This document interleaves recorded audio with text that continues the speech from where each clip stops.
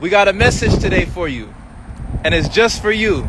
And I'm glad you showed up. I appreciate you. Much love. Oh my goodness, the sun is shining.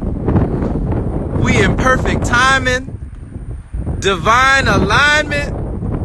My God. The sun is bright. And so are you. Keep shining bright like the star you are. Much love. So we got a message for you today. Just came in, hot off the press, fresh off the skillet.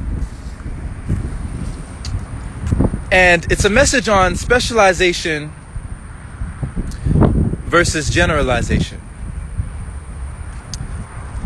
Being a master of none, a jack of all trades. Is there something in life that you'd be willing to attain mastery in? Something that you'd be willing, like a pimp say, be good or be good at it. What would be something that would be worth your time so much that you'd be passionate enough to allow your passion to become your purpose, and it may one day become your profession? These are the questions. You know, there's a story of a church, and it was an old church. And there was a priest and a whole bunch of parishioners in this church. But for several weeks out of the year, they would hear this strange knocking in the pipes. Just a weird sound, right?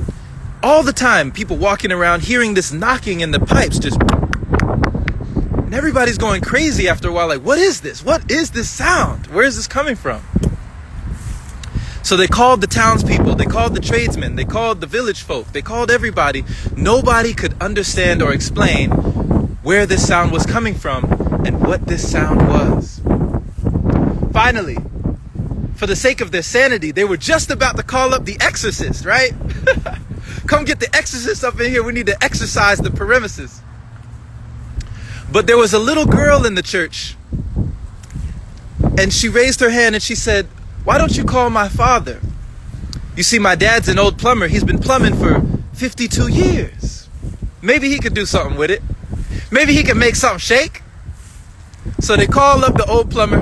The plumber came by. And the plumber and the priest are walking around the church, right? Walking around, listening, walking around, listening. And after about 20 minutes, the plumber nods his head. He takes out a small little hammer off of his tool belt, goes to a part of the pipe, taps on it 3 times.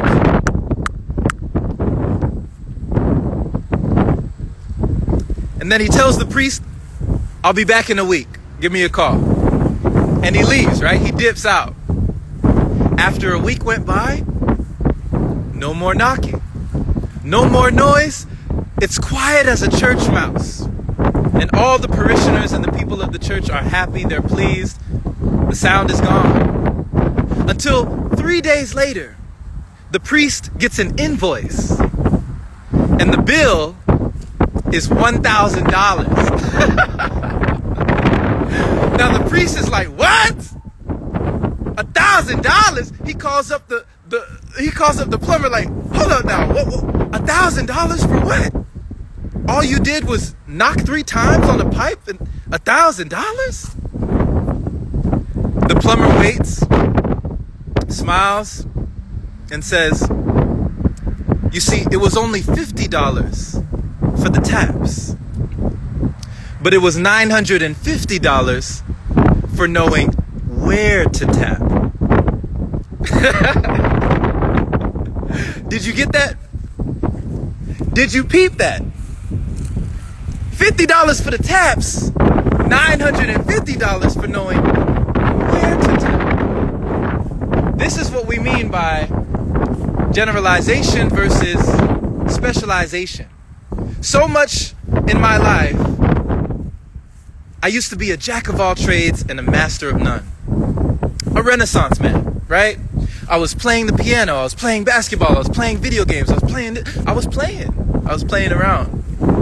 But at a certain point, might you imagine that you could get a feeling, such a passion within you that you would allow your purpose to one day guide you toward a profession that would fill you up, that would light you up, that would brighten your days, to whereas you wouldn't wake up saying, oh, good God morning.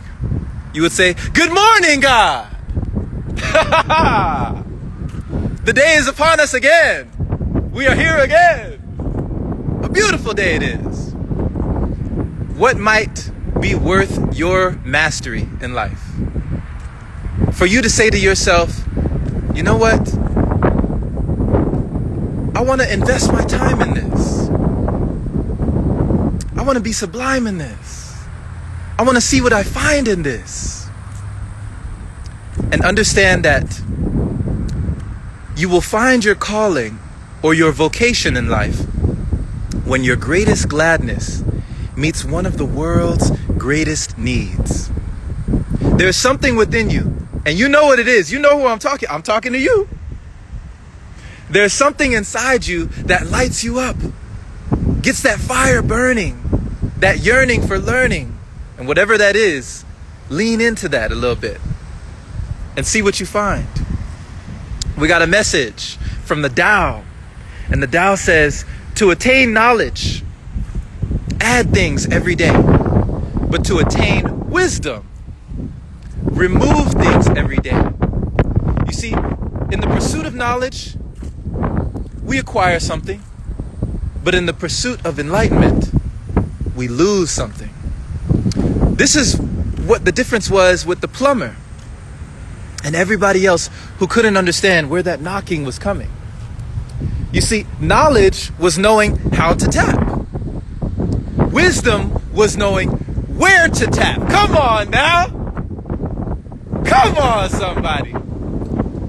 My goodness. So, much love to you, my friend. And I trust that in life, you will not just acquire things. You will not just acquire knowledge. You will not just consume information.